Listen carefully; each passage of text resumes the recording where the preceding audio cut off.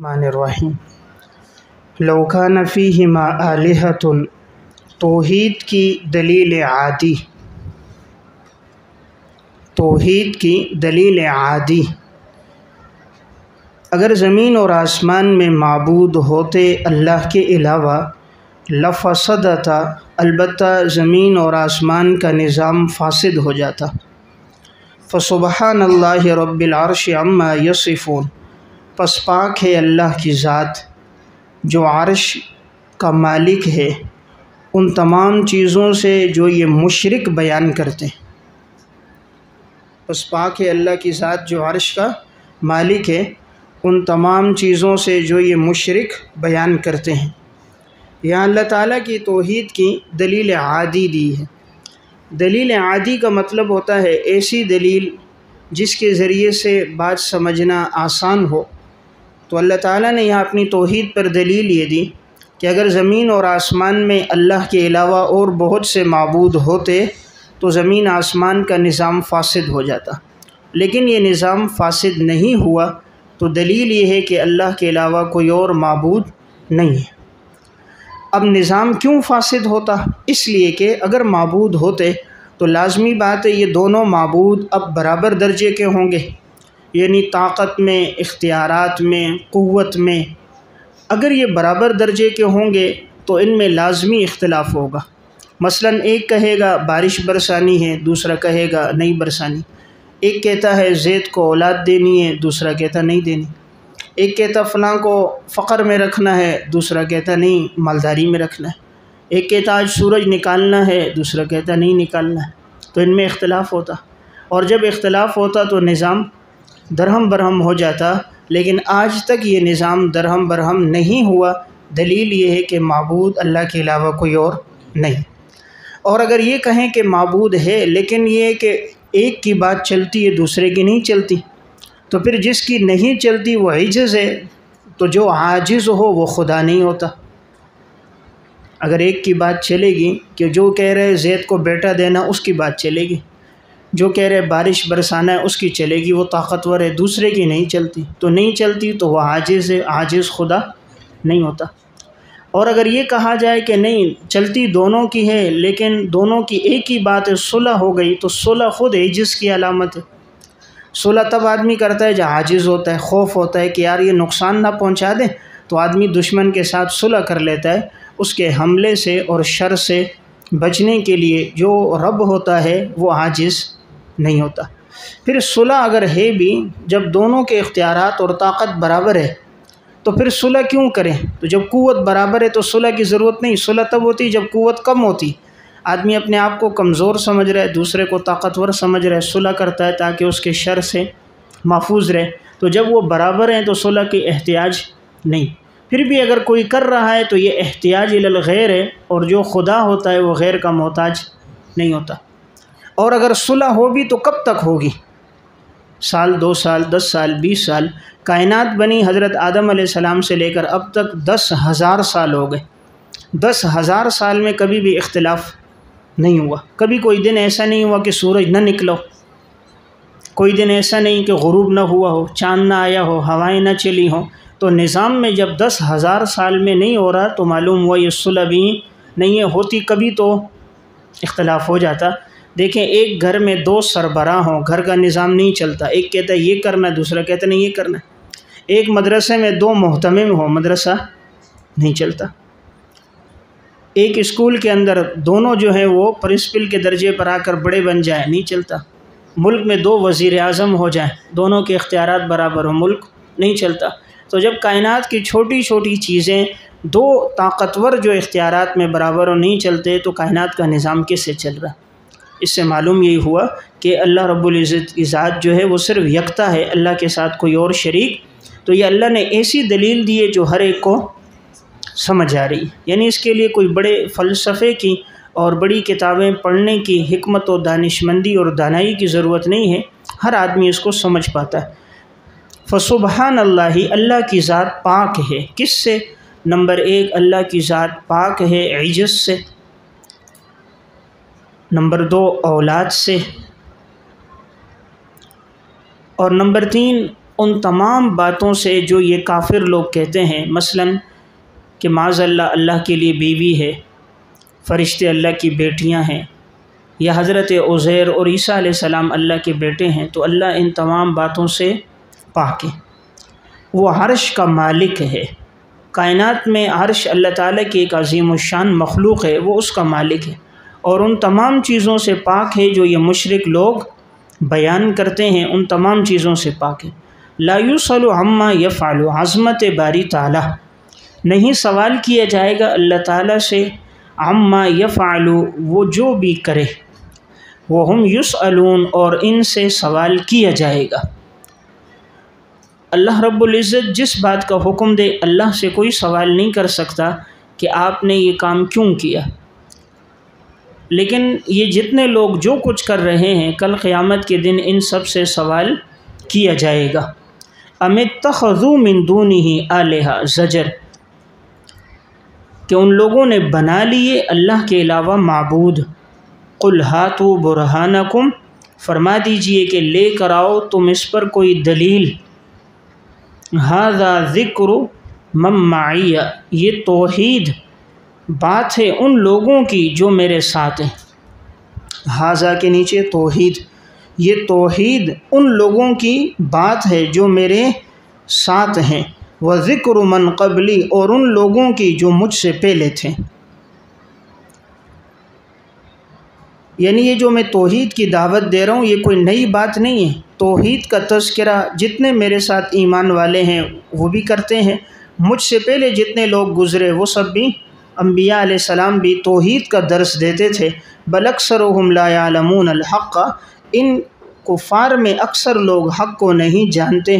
فہم معرضون، پس وہ لوگ حق سے اعراض کرنے والے، یہ لوگ حق کو نہیں جانتے، پس یہ لوگ حق سے اعراض کرنے والے ہیں۔ وما ارسلنا من قبلک من رسول، دلیل نقلی اجمالی، دلیل نقلی اجمالی، ہم نے نہیں بھیجے آپ سے پہلے کوئی رسول، الا نوحی الیہ، مگر ہم وحی کرتے تھے ان کی طرف، کہ انہ لا الہ الا انا فاعبدون، نہیں کوئی معبود اللہ کے علاوہ، پس تم میری ہی عبادت کرو۔ یعنی آپ سے پہلے بھی جتنے رسول آئے ان سب کی طرف بھی یہی پیغام تھا کہ وہ توحید کی دعوت دیتے تھے کہ اللہ کے علاوہ کسی کی عبادت نہ کرو۔ تو گویا آپ جس کا درس دے رہے ہو یہ کوئی نئی بات نہیں ہے، سابقہ انبیاء نے بھی اسی کی دعوت دی۔ وقالوا اتخذ الرحمن ولدا، شکوہ، اور یہ لوگ کہتے ہیں کہ رحمان نے اپنے لیے اولاد بنائی ہے، رحمان نے اپنے لیے اولاد بنائی ہے، رحمان کے لیے اولاد ہے۔ سبحانہ، جواب شکوہ 7 وجوہ سے، جواب شکوہ 7 وجوہ سے۔ سبحانہ، وجہ نمبر 1، اللہ کی ذات پاک ہے، یعنی اللہ اپنے لیے اولاد کیوں بنائے؟ اولاد تو وہ بنائے جو عاجز ہو، جس کے اختیارات اور طاقت محدود ہو، اللہ تعالیٰ اس سے پاک ہے۔ بل عباد مکرمون، وجہ نمبر 2، بلکہ وہ فرشتے تو معزز لوگ ہیں، یعنی ان مشرکین نے فرشتوں کو جو اللہ کی بیٹیاں بنا دیا وہ اللہ کی اولاد نہیں ہیں، بلکہ وہ تو اللہ کے پیدا کردہ مخلوق ہیں اور معزز لوگ ہیں، یعنی کبھی وہ اللہ کی نافرمانی نہیں کرتے۔ لا یسبقونہ بالقول، وجہ نمبر 3، نہیں وہ فرشتے سبقت کرتے اللہ کے سامنے بات کرنے میں۔ ضمیر لفظ اللہ کی طرف راجع ہے، وہ فرشتے اللہ کے سامنے بات کرنے میں سبقت نہیں کرتے، یعنی ایسا نہیں کرتے اللہ رب العزت کا کوئی حکم ہو اور وہ اس کی خلاف ورزی کرتے ہوئے آگے بڑھ جائیں، ایسا نہیں۔ وَهُمْ بِأَمْرِهِ يَعْمَلُونَ، وجہ نمبر 4، اور وہ اللہ کے حکم پر عمل کرنے والے ہیں۔ اللہ تعالیٰ فرشتوں کو جو حکم دیتا ہے وہ فوراً اس پر عمل کرتے ہیں۔ یعلم ما بین ایدیہم، وجہ نمبر 5، وہ اللہ جانتا ہے جو کچھ آگے ہے، وما خلفہم، جو کچھ پیچھے ہے۔ ولا یشفعون الا لمن ارتضی، اور وہ فرشتے شفاعت نہیں کریں گے مگر اس کے لیے جسے اللہ پسند کرے، مگر اس کے لیے جسے اللہ پسند کرے۔ تو یعلم وجہ نمبر 5 تھی، ولا یشفعون وجہ نمبر 6، وہم من خشیتہ مشفقون وجہ نمبر 7، اور وہ فرشتے اللہ کی ہیبت سے ڈرنے والے ہیں، اور وہ فرشتے خشیتہ ہی اللہ کی ہیبت سے مشفقون ڈرنے والے ہیں۔ دیکھیں ان آیات میں 7 وجوہ سے تردید کی گئی ہے کہ اللہ کے لیے اولاد نہیں ہے، اور جن فرشتوں کو تم نے معاذ اللہ اللہ کی بیٹیاں قرار دیا ہے وہ تو اللہ کی نیک صالح مخلوق ہے، اور 7 وجوہ سے ان کی فرمانبردی، ان کی فرمانبرداری اور ان کی اطاعت کا تذکرہ کیا گیا ہے۔ اور اب یہ وہ باتیں ہیں جو انسان اپنی زندگی میں بھی لے کر آئے، یعنی اپنی زندگی میں بھی وہ اللہ کا معزز بندہ بنے، اللہ کے حکم کے سامنے کبھی زبان نہ کھولے، اللہ کے ہر حکم کو پورا کرنے والا ہو، اور اللہ کے سامنے کسی کی شفاعت نہ کرے مگر ان کی جس سے اللہ راضی ہو، اور اس کی زندگی میں ہمیشہ اللہ کی ہیبت اور ڈر ہو۔ وَمَن يَقُلْ مِنْهُمْ، غالبیت باری تعالیٰ، غالبیت یعنی غلبہ باری تعالیٰ۔ وَمَن يَقُلْ مِنْهُمْ، اور اگر بالفرض ان میں سے، اور اگر بالفرض ان میں سے کوئی کہے کہ انی الہ من دونہ، کہ یقیناً میں معبود ہوں اللہ کے علاوہ، فذلک نجزیہ جہنم، تو ہم دیں گے اسے بدلہ جہنم کا، کذالک نجزی الظالمین، اسی طرح ہم ظالموں کو بدلہ دیتے ہیں۔ تو میں نے کہا لکھیں بالفرض، یعنی فرشتے تو کبھی بھی یہ نہیں کہیں گے کہ ہم اللہ کے علاوہ معبود ہیں، فرشتے تو اللہ کی فرما بردار مخلوق ہیں، لا یعصون اللہ ما امرہم ویفعلون ما یؤمرون، لیکن اگر بالفرض ان میں سے کوئی کہہ بھی دے کہ میں اللہ کے علاوہ معبود ہوں تو ہم اسے بھی جہنم میں داخل کریں گے۔ تو جب اللہ انہیں جہنم میں داخل کرے گا تو کوئی اگر ان کے علاوہ کسی اور کو معبود بنا رہا ہے جو اللہ کے فرما بردار بھی نہیں ہے تو اللہ تو ان لوگوں کو تو بطریق اولا جہنم میں داخل کرے گا۔ اولم یر الذین کفروا، دلیل عقلی نمبر 3،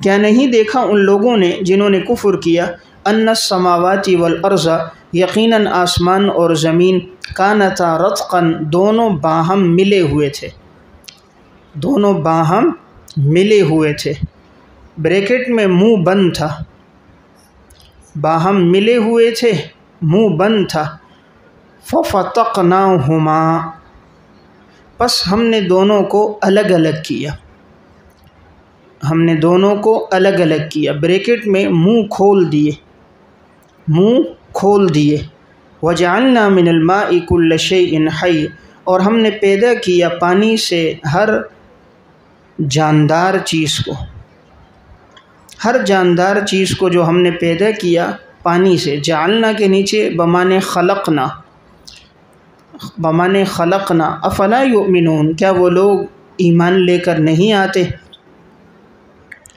اس آیت میں اللہ تعالیٰ نے فرمایا زمین اور آسمان دونوں کے منہ بند تھے، پس ہم نے ان دونوں کے منہ کو کھول دیا اور ہم نے پانی سے ہر چیز کو پیدا کیا۔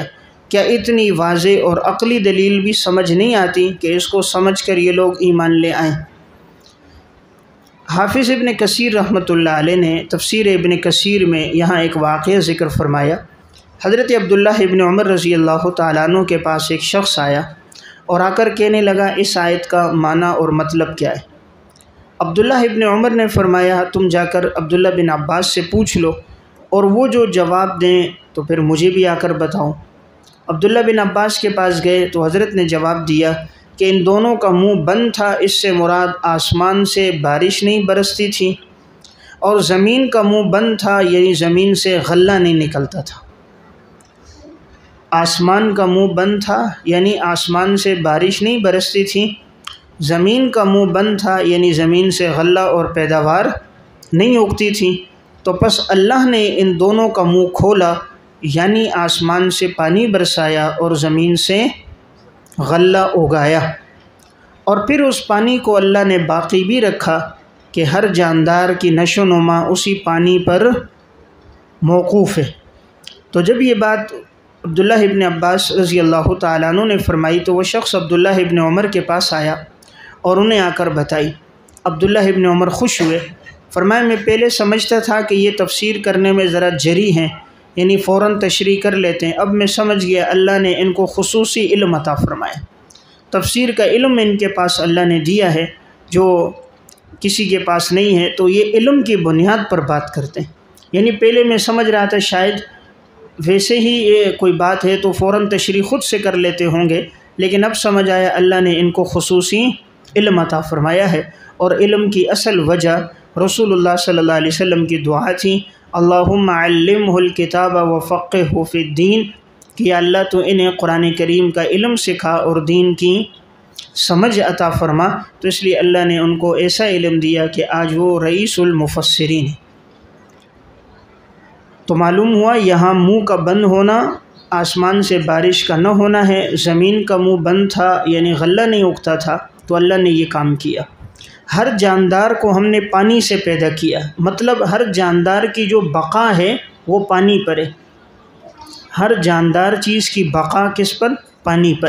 انسان ہیں وہ بھی سب پانی کے محتاج ہیں، جانور ہیں وہ بھی پانی کے محتاج ہیں، چرند پرند جتنے ہیں سب پانی کے محتاج ہیں، اور تو اور یہ جو نباتات ہیں، درخت ہیں، پھول ہیں، پھل ہیں، فصلیں ہیں، یہ سب بھی پانی کی محتاج ہیں۔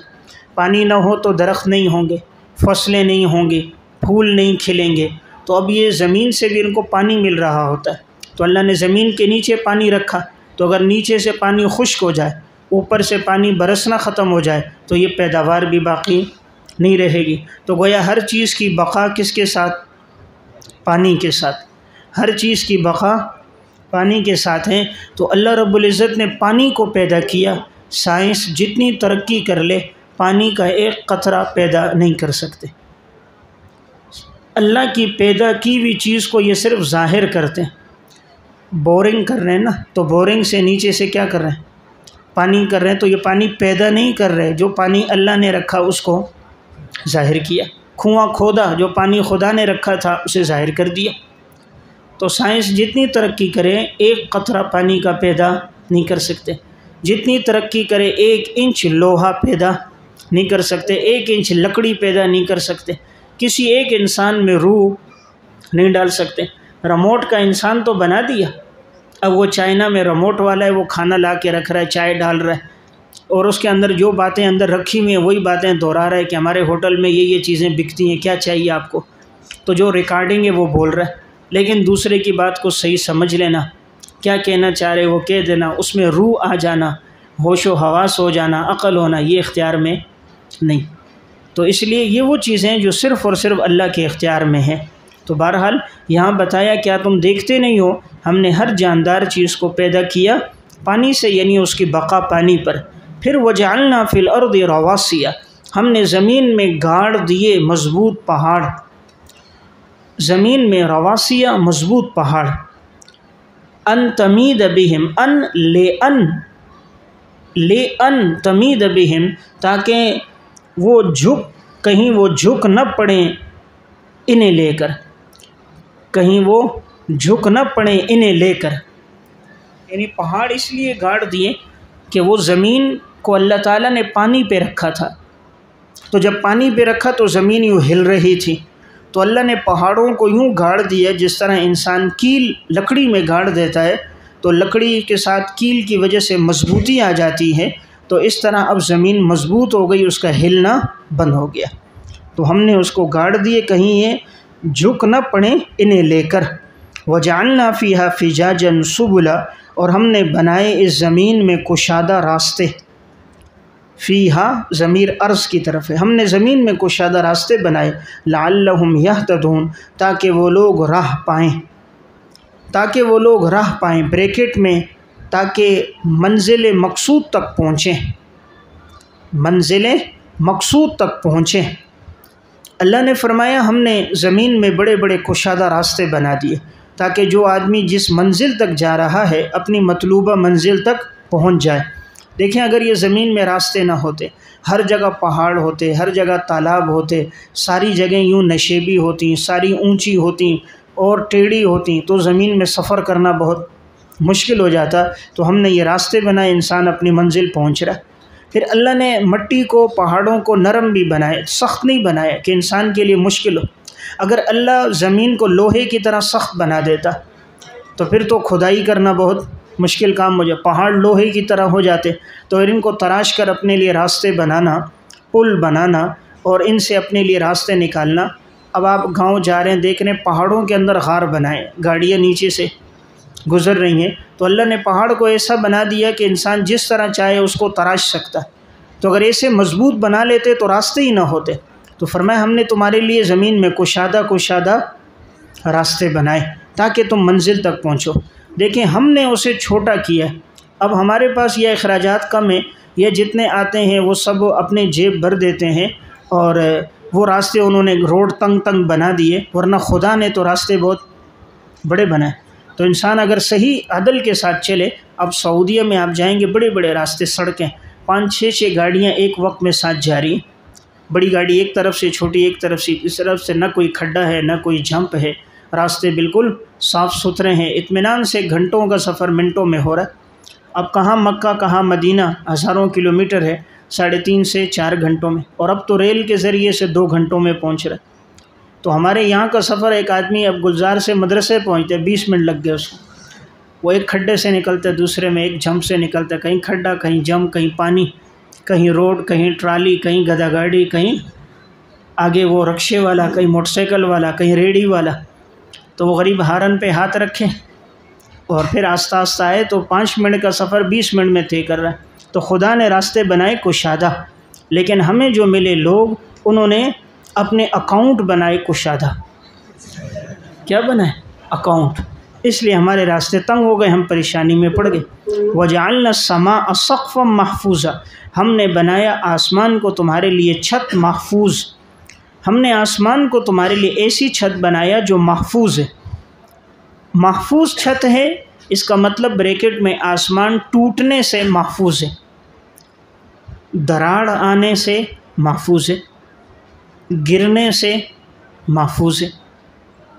دیکھیں انسان کسی طاقتور چھت بنائے، لیکن ایک وقت آتا ہے وہ دراڑیں پڑ جاتی، چھت کمزور ہو جاتی ہے، زلزلہ آ جاتا ہے، چھتیں نیچے گر جاتی ہیں، جتنا لوہا ڈال دے۔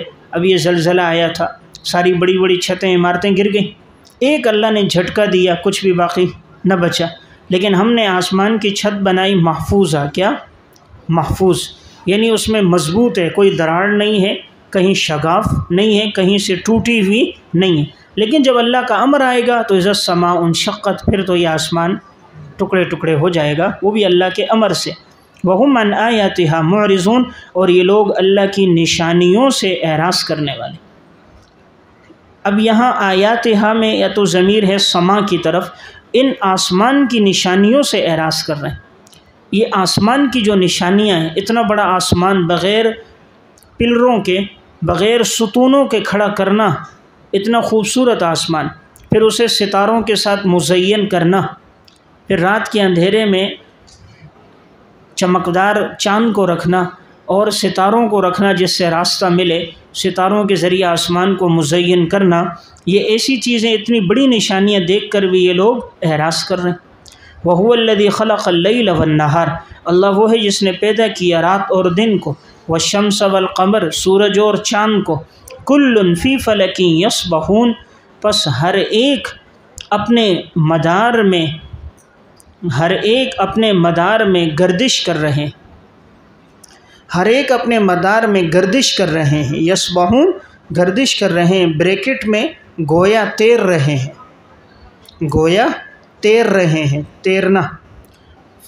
اللہ تعالیٰ نے پہلے تذکرہ کیا کہ ہم نے پیدا کیا پانی کو، اور ہم نے اس کے ذریعے سے ہر چیز کو پیدا کر دیا۔ فرمایا ہم نے زمین اور آسمان کو بنایا، ہم نے پہاڑوں کو گاڑ دیا، تمہارے لیے راستے کشادہ بنائے، تمہارے لیے مضبوط چھت بنایا، پھر ہم نے رات اور دن کو پیدا کیا، سورج چاند ستاروں کا نظام چلایا، اور پھر ہر ایک کو ہم نے اپنے مدار میں گردش میں لگا دیا۔ گردش میں لگا دیا، اس کا مطلب کہ ہر ایک اب ایک ترتیب پہ چل رہا ہے نا، نظام ترتیب پہ. سورج طلوع ہو رہا ہے، وقت مقرر ہے، اس پہ طلوع ہوا، ہر دن کے لیے اس کے طلوع کا وقت ہے، اور پھر اپنے وقت پہ غروب ہو رہا ہے. پھر وہ رات ختم ہوتی ہے، پھر سورج آتا ہے، پھر طلوع ہوتا ہے. ہر دن مشرق میں طلوع ہو رہا ہے اور پھر جا کر مغرب میں غروب ہو رہا ہے. پھر اگلے دن مشرق میں آ رہا ہے، پھر طلوع، پھر مغرب میں غروب. چاند اپنی ترتیب پہ آ رہا ہے، ستارے اپنی ترتیب پہ آ رہے ہیں. پہلی رات کا چاند باریک ہو رہا ہے، 14ویں کا مکمل ہو رہا ہے، پھر وہ گھٹتا جا رہا ہے. تو ہر ایک اپنے نظام میں گردش کر رہا ہے. تو اس سے معلوم ہوا کائنات گردش میں، زمین بھی حرکت کر رہی ہے اور یہ فلک کا پورا نظام بھی حرکت کر رہا ہے. تو آج کی تحقیق بھی، پہلے سائنسدان انکار کرتے تھے، آج کے فلاسفہ اور سائنسدان بھی کہتے ہیں زمین گول ہے اور اپنے مدار میں گھوم رہی ہے. چاند کی گردش بھی ہمیں نظر آ رہی ہے، ستاروں کی گردش بھی نظر آ رہی ہے، سورج کی گردش بھی، کہ طلوع ہو رہا ہے پھر آخر غروب ہو رہا ہے. تو یہ سب اپنے اپنے مدار میں گویا تیر رہے ہیں. جس طرح ایک آدمی تیرتا ہوا آگے جاتا ہے، پانی میں ایک جگہ سے تیرا کنارے تک، تو یہ سورج بھی تیرتا تیرتا تیرتا مغرب میں جاتا ہے، پھر اگلے دن مشرق سے آتا ہے. تو ہر ایک اپنے مدار کے اندر ہے، اس سے باہر نہیں نکلتے. وما جعلنا لبشر من قبلک الخلد، زجر، ہم نے نہیں بنایا کسی انسان کے لیے ہمیشہ دنیا میں رہنا. ہم نے کسی انسان کے لیے آپ سے پہلے نہیں بنایا کہ وہ ہمیشہ دنیا میں رہے. افإن مت فهم الخالدون، کہ اگر آپ پر موت آ جائے پس وہ ہمیشہ رہنے والے ہیں. کہ اگر آپ پر موت آ جائے پس کیا وہ ہمیشہ رہنے والے ہیں؟ یعنی اگر آپ پر موت آ گئی، یہ لوگ بھی تو ہمیشہ کبھی بھی نہیں رہیں گے. دیکھیں یہاں سے شبہ کا جواب ہے. یہ لوگ مشرکین یہ کہتے تھے کہ آپ صلی اللہ علیہ وسلم کا معاذ اللہ جب انتقال ہو جائے گا تو یہ کیسا پیغمبر ہے اس کا انتقال ہو رہا ہے؟ یعنی پیغمبر تو گویا وہ ہو جس کا انتقال نہ ہو. پیغمبر پہ تو موت نہیں آنی چاہیے، تو اس پیغمبر پہ موت آ رہی ہے، گویا کہ یہ پیغمبر نہیں ہے. تو اللہ تعالیٰ نے جواب دیا یہ کوئی نئی بات نہیں ہے، آپ سے پہلے جتنے پیغمبر آئے سب پر موت آئی. تو جب یہ ان کو مانتے ہیں، ان سب پر موت آئی ہے، تو آپ بھی پیغمبر ہیں، آپ پر بھی موت آئے گی. نمبر 2، آپ پر جو موت آئے گی تو کیا یہ لوگ بچ جائیں گے؟ ان پر بھی تو موت آنی ہے. تو آگے کہا یہ لوگ بھی تو محفوظ نہیں ہیں، موت تو ان پر بھی آئے گی. پھر ان پر نہیں، ہر انسان پر موت آئے گی. اس سے آگے کہا کائنات میں کوئی انسان ایسا نہیں جو موت سے بچ سکے. اللہ رب العزت کے علاوہ ہر چیز کے لیے فنا ہے. تو کہا کہ نہیں بنایا ہم نے کسی انسان کو آپ سے پہلے جو دنیا میں ہمیشہ رہے. آپ سے پہلے بھی جتنے آئے سب چلے گئے.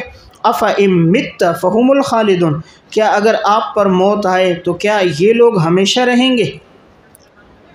اگر آپ پر موت آئے تو کیا یہ لوگ ہمیشہ رہیں گے؟ یعنی ان پر بھی موت آئے گی. اور ان پر کیا؟ کل نفس ذائقۃ الموت، سنت اللہ کا بیان. ہر نفس نے موت کا ذائقہ چکھنا ہے. ہر نفس نے، تو جو بھی نفس انسان ہے اس نے موت کا ذائقہ. انسان کیا، جاندار، ہر ذی روح، جتنے بھی انسان ہیں جاندار ہیں، حیوانات ہیں، سب پر موت آئے گی. وَنَبْلُوكُمْ بِالشَّرِّ وَالْخَيْرِ فِتْنَةً، پھر موت ہم نے کیوں رکھی؟ اس لیے تاکہ ہم آزمائیں، تکلیف کے ساتھ اور خوشحالی کے ساتھ ہم آزمائیں. شر کا اصل معنی تو برائی ہے، بریکٹ میں تکلیف. خیر کا اصل معنی بھلائی ہے، مراد خوشحالی. فتنتاً، خوب آزمانا. وَإِلَيْنَا تُرْجَعُونَ، اور ہماری طرف تمہیں لوٹایا جائے گا. دیکھیں اللہ تعالیٰ نے فرمایا ہم تمہیں آزماتے ہیں تکلیف کے ساتھ بھی، کہ انسان پر تکلیف ہے، مرض ہے، قرض ہے، بیماریاں ہیں، مصیبتیں ہیں. اور خیر کبھی خوشحالی ہے، راحت ہے، صحت ہے، تندرستی ہے. تو یہ ہر طرح سے ہم آزما رہے ہیں. مقصد کیا ہے؟ اس لیے کہ انسان اللہ کی طرف رجوع کر دے، اور ہماری طرف تم لوٹ کر آؤ گے تو ہم تمہیں تمہارے اعمال کا پورا پورا بدلہ دیں گے. بشری بریکٹ میں خلاف مزاج، ہم آزماتے ہیں خلاف مزاج چیزوں سے. والخیر، اور ہم موافق مزاج کے موافق چیزوں کے ساتھ بھی آزماتے ہیں. دیکھیں مزاج کے خلاف کیا ہے؟ مثلا کوئی نہیں چاہتا وہ بیمار ہو جائے، نہیں چاہتا کہ وہ فقیر ہو جائے، قرضہ ہو جائے، نقصان ہو جائے، مصیبت آ جائے. حادثہ ہو جائے تو خلاف مزاج. موافق مزاج ہر ایک چاہتا ہے جی دولت ہو، پیسہ ہو، گاڑی ہو، خوشحالی ہو، خوشیاں ہوں، راحت ہوں، لیکن اللہ دونوں کے ساتھ آزما رہے. تو اب دیکھتا اللہ رب العزت یہ ہے کہ کون آزمائشوں میں صبر کرتا ہے اور کون خوشحالی میں شکر کرتا ہے. تو اب آزمائش میں کیا کرنا ہے، اللہ رب العزت یہ دیکھ رہا ہے کہ کون ان آزمائشوں میں صبر کون کرتا ہے اور ان خوشحالیوں میں کون اللہ کا شکر کرتا ہے. یہی شکر اللہ کو مطلوب ہے. دیکھیں بیماریوں میں صبر تو لوگ کر لیتے ہیں، لیکن خوشحالی مل جائے، دولت پیسے میں صحیح معنوں میں شکر کرنا، اطاعت فرما برداری کرنا، زندگی نیکی میں لگانا، مال کو اچھے راستے میں لگانا، یہ بہت کم لوگ ہوتے ہیں. صبر تو آ ہی جاتا ہے، کوئی حادثہ ہوا، بیماری ہوئی، انتقال ہوا، چند دن رو دھو کے صبر ہو گیا. لیکن اللہ نے دولت پیسہ صحت دی اور اس کو دین پہ لگا کے رکھنا اور ہمیشہ اللہ کا شکر کرنا، اطاعت پہ رہنا، یہ بہت مشکل کام ہے. تو اسی لیے شاکرین بہت کم ہوتے ہیں. فقلیلا ما تشکرون، ہر دور میں شکر کرنے والے لوگ بہت کم ہوتے ہیں. ہماری طرف لوٹ کر آؤ گے یعنی ہم تمہیں بدلہ دیں گے. جب موت ہوئے گی تو موت کے بعد ہماری طرف اعمال کا پورا بدلہ ہے. وَإِذَا رَآكَ الَّذِينَ كَفَرُوا زَجَرَ، اور جب دیکھتے ہیں یہ کافر لوگ آپ کو، جب یہ کافر لوگ آپ کو دیکھتے ہیں، إِن يَتَّخِذُونَكَ إِلَّا هُزُوًا، نہیں بناتے مگر مذاق، یہ آپ کا مذاق کرتے ہیں. أَهَذَا الَّذِي يَذْكُرُ آلِهَتَكُمْ، اور کہتے ہیں کیا یہی ہے وہ جو تمہارے معبودوں کا تذکرہ کرتا ہے، کیا یہی ہے وہ جو تمہارے معبودوں کا تذکرہ کرتا ہے. وَهُمْ بِذِكْرِ الرَّحْمَنِ هُمْ كَافِرُونَ، حالانکہ وہ لوگ رحمان کی یاد سے انکار کرنے والے، حالانکہ یہ لوگ رحمان کی یاد سے انکار کرنے والے. بذکر الرحمن کے نیچے توحید اور کافرون کے نیچے منکر. تو یہاں فرمایا کہ یہ مشرکین جو ہیں وہ آپ کو جب بھی دیکھتے ہیں آپ کا مذاق کرتے ہیں. حضور پر جب وحی نازل ہوتی، شریعت کا حکم آتا تو یہ لوگ مذاق کرتے اور یہ ایک دوسرے کو کہتے یہی ہے وہ جو ہمارے معبودوں کا تذکرہ کرتا ہے، یعنی ان کی عبادت سے ہمیں روکتا ہے. تو اللہ تعالیٰ نے فرمایا یہ لوگ تو خود رحمان کی عبادت سے انکار کرنے والے ہیں. آپ کو کیا شکوہ دیتے ہیں؟ رحمان جس نے تمام نعمتوں سے ان کو نوازا، کفر کے باوجود ان کو تمام نعمتیں دیں، تو یہ اس رحمان کی نعمتوں کا یعنی توحید کا انکار کرتے ہیں. گلہ آپ کو دے رہے ہیں کہ آپ ان کے معبودوں کو برا کہہ رہے ہیں، اور یہ لوگ معبود حقیقی رحمان کا انکار کر رہے ہیں. خلق الانسان من عجل، جبلت انسان، فطرت انسان، انسان پیدا کیا گیا ہے جلد بازی سے. انسان جلد باز پیدا کیا گیا ہے. تو بریکٹ میں یعنی اس کے خمیر میں جلد بازی ہے. خمیر میں جس چیز سے پیدا کیا گیا وہ اس کی جبلت میں جلد بازی ہے. سأریکم آیاتی، عن قریب میں دکھاؤں گا تمہیں اپنی نشانیاں. نیچے آیات قہریہ، اللہ کے عذاب کی نشانیاں، اللہ کے عذاب کی نشانیاں. فلا تستعجلونی، پس تم لوگ مجھ سے جلدی طلب نہ کرو، پس تم لوگ مجھ سے جلدی طلب نہ کرو. یہاں فرمایا کہ انسان کی جبلت میں ہے کہ وہ جلد باز ہے. دوسری جگہ بھی وَكَانَ الْإِنسَانُ عَجُولًا، انسان بڑا جلد باز ہے. یعنی یہ لوگ مشرکین کہتے تھے کہ اگر ہم ناحق پر ہیں، تم حق پر ہو تو ہم پر عذاب کیوں نہیں آتا، ابھی عذاب لے کر آ جاؤ. تو یعنی عذاب کو یہ بڑی جلدی مانگ رہے ہیں عذاب کو. تو فرما دو کہ ہم تمہیں اپنی نشانیاں دکھائیں گے. تو وہی اللہ نے اپنی قدرت کی نشانیاں، عذاب کی نشانیاں دکھائیں کہ پہلے لوگوں کو بھی اللہ نے ہلاک کیا، کہا ہم ان کو بھی دکھائیں گے. یہ لوگ جلد بازی نہ کریں، ہم سے جلدی طلب نہ کریں، اس کے لیے وقت مقرر ہے، اور جب وہ وقت مقرر عذاب کا آئے گا تو اس میں کوئی تاخیر نہیں ہوگی. وَيَقُولُونَ مَتَىٰ هَٰذَا الْوَعْدُ، شکوہ، یہ لوگ کہتے ہیں کب ہے وعدے کا دن، اگر تم سچے ہو، اگر تم لوگ سچے ہو تو وعدے کا دن کب ہے. لو يعلم الذين كفروا، جواب شکوہ، یہ لو تمنی کے لیے ہے. کاش کے جان لیتے کافر اس وقت کو، کاش کے جان لیتے کافر وہ وقت، حین لا یکفون عن وجوہہم النار، جب یہ نہیں ہٹا سکیں گے اپنے چہروں سے جہنم کی آگ، جب یہ نہیں ہٹا سکیں گے اپنے چہروں سے جہنم کی آگ، ولا عن ظہورہم، اور نہ ہی اپنی پشت سے، ولا ہم ینصرون، اور نہ ہی ان کی مدد کی جائے گی۔ یعنی یہ لوگ تو عذاب کا کہہ رہے ہیں، کب عذاب آئے گا؟ تو ان کو جواب دے دو، عذاب کا وقت مقرر ہے، اس پر آئے گا، اور پھر اس سے بڑا عذاب تو جہنم کا ہونا ہے، اور جب جہنم میں تمہیں ڈالا جائے گا تو تم اپنے چہرے سے بھی جہنم کی آگ کو نہیں ہٹا سکو گے، نہ اپنی پشت سے۔ دیکھیں انسان کو زیادہ تکلیف ہوتی ہے چہرے پر، اگر کوئی گندی چیز آ جائے، چہرے پر گرد و غبار آ جائے، آنکھوں میں کوئی گرد و غبار یا تنکا آ جائے، بڑی تکلیف ہوتی ہے۔ اور چہرہ انسان کے تعارف کا ذریعہ ہے، اسے آدمی ہر وقت صاف ستھرا رکھتا ہے، تعارف ہے، باقی ہر چیز ڈھکی ہوئی ہے، چہرہ ہر وقت کھلا ہوا ہے، تو یہ اپنے چہرے سے بھی جہنم کی آگ کو دور نہیں کر سکیں گے، باقی تو بطریقہ اولا نہیں کر سکتے، اور اسی طرح نہ اپنی پشت سے کر سکیں گے، اور وہاں ان کی مدد بھی نہیں کی جائے گی۔ بسا اوقات انسان خود نہیں دور کر سکتا، دوسروں کو مدد کے لیے پکارتا ہے، تو وہاں ان کے مدد والے بھی کوئی نہیں ہوں گے۔ بل تأتیہم بغتۃ، اب یہ جو کہتے ہیں کہ وہ کب آئے گا وعدے کا دن، کب آئے گی وہ قیامت، تو بتاؤ ان کو وہ آئے گی وہ قیامت اچانک، تأتیہم وہ قیامت آئے گی بغتۃ اچانک، فتبہتہم پس وہ انہیں بدحواس کر دے گی، بدحواس کر دے گی، فلا یستطیعون ردہا نہیں وہ طاقت رکھیں گے اسے ٹالنے کی، ولا ہم ینصرون اور نہ وہ مہلت دیے جائیں گے، نہ وہ مہلت دیے جائیں گے۔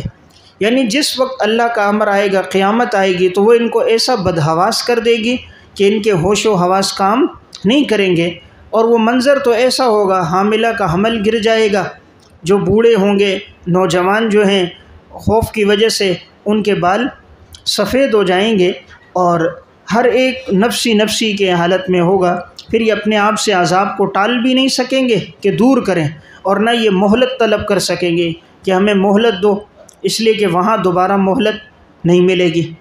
وَلَقَدِ اسْتُهْزِئَ بِرُسُلٍ مِّن قَبْلِكَ تسلی رسول، اور یقیناً مذاق کیا گیا آپ سے پہلے رسولوں کا بھی، فَحَاقَ بِالَّذِينَ سَخِرُوا مِنْهُمْ پس گھیر دیا ان لوگوں کو جنہوں نے مذاق کیا، منہم ان رسولوں کا، منہم ان رسولوں میں سے کسی کا بھی جس نے مذاق کیا تو اس کو گھیر دیا، ماں اس عذاب نے، ماں عذاب نے، کانوا بہ یستہزئون جس عذاب کا وہ لوگ مذاق کرتے تھے، جس عذاب کا وہ لوگ مذاق کرتے تھے، بس اسی عذاب نے ان کو گھیر دیا۔